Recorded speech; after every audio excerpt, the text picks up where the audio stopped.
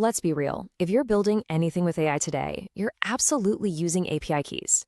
They're like the invisible glue holding everything together, connecting your apps to all these powerful services.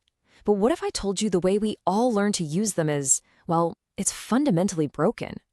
Today, we're going to look at that huge, dangerous gap between the Hello World tutorial and real professional-grade security. I'll show you how to protect your projects from one single, really costly mistake. So at its core, an API key is just this simple string of characters. It's a digital key. It's the thing that proves your app has permission to go talk to a service, like an OpenAI model or Google's Gemini. But here's the thing. That simplicity, it's kind of deceptive. If you handle it carelessly, this little key can unlock a whole world of trouble for your project and for your wallet. So where does this all start to go wrong? Well, it actually starts right at the very beginning, with that classic tutorial you find everywhere. This is the first experience most of us have with a new API, and it unknowingly sets a really, really dangerous precedent. Does this look familiar? 'Cause it should. You go to the provider's website, you click that big, shiny Create New Secret Key button, you name it something like My Test Key, and then poof, there's your key. And the instructions are always super urgent, right? Copy this right now. And this warning, this is the crucial part. It creates this sense of panic, making you feel like this is your one and only shot to grab this precious, secret string of text. And that feeling, that urgency and importance, is what leads us directly to the next very common and very risky step. So, what do you do next? We all do exactly what the tutorial says. We make a little .env file in our project, we paste the key in, and just like that, our local app is up and running. It feels like a win, doesn't it? The tutorial's done, the app works. Mission accomplished. Or so you think.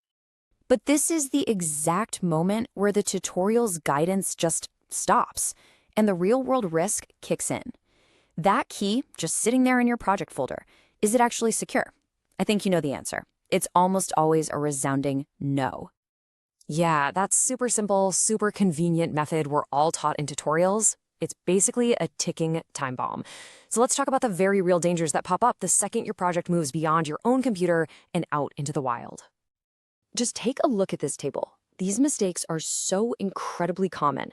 Accidentally pushing a .env file to a public GitHub repo, that's the classic blunder. And believe me, automated bots are scanning for exactly that, 24/7.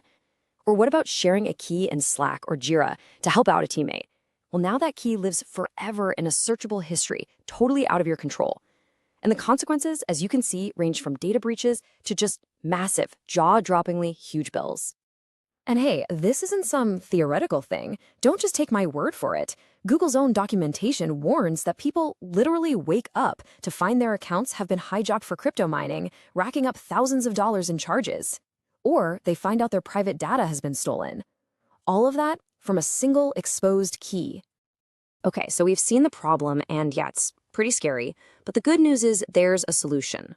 So now let's get into the professional playbook for handling API keys, the actual steps to move from that risky tutorial setup to a secure production-ready system. The biggest, most fundamental shift is to stop treating your keys like loose text files. The pros use dedicated secret management tools, things like HashiCorp Vault or AWS Secrets Manager, or they use the encrypted environment variables that their cloud platform gives them. These services store your keys securely and then inject them into your application when it runs, so the keys never even touch your code repository.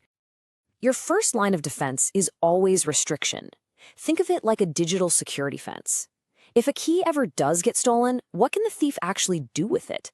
Well, if you've restricted it so it only works from your server's IP address and can only call these specific APIs it needs, the damage is massively contained. This is the principle of least privilege, and it is absolutely crucial. Next up, rotation. Honestly, this is one of the biggest mindset shifts you can make. You have to treat your keys like passwords that expire, not like permanent fixtures of your app.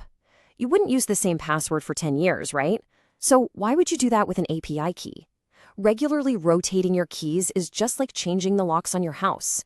It drastically reduces how long a stolen key is useful. And please delete any old keys you're not using anymore.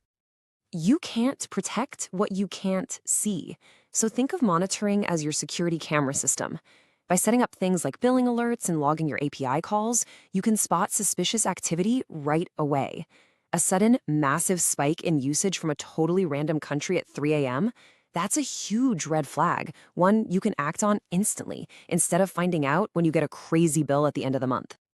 But what happens if, despite all your best efforts, a key gets leaked? Your first instinct might be to panic, but panic is not a strategy. You need a clear, immediate action plan ready to go. So here it is, your emergency checklist. Burn this into your brain.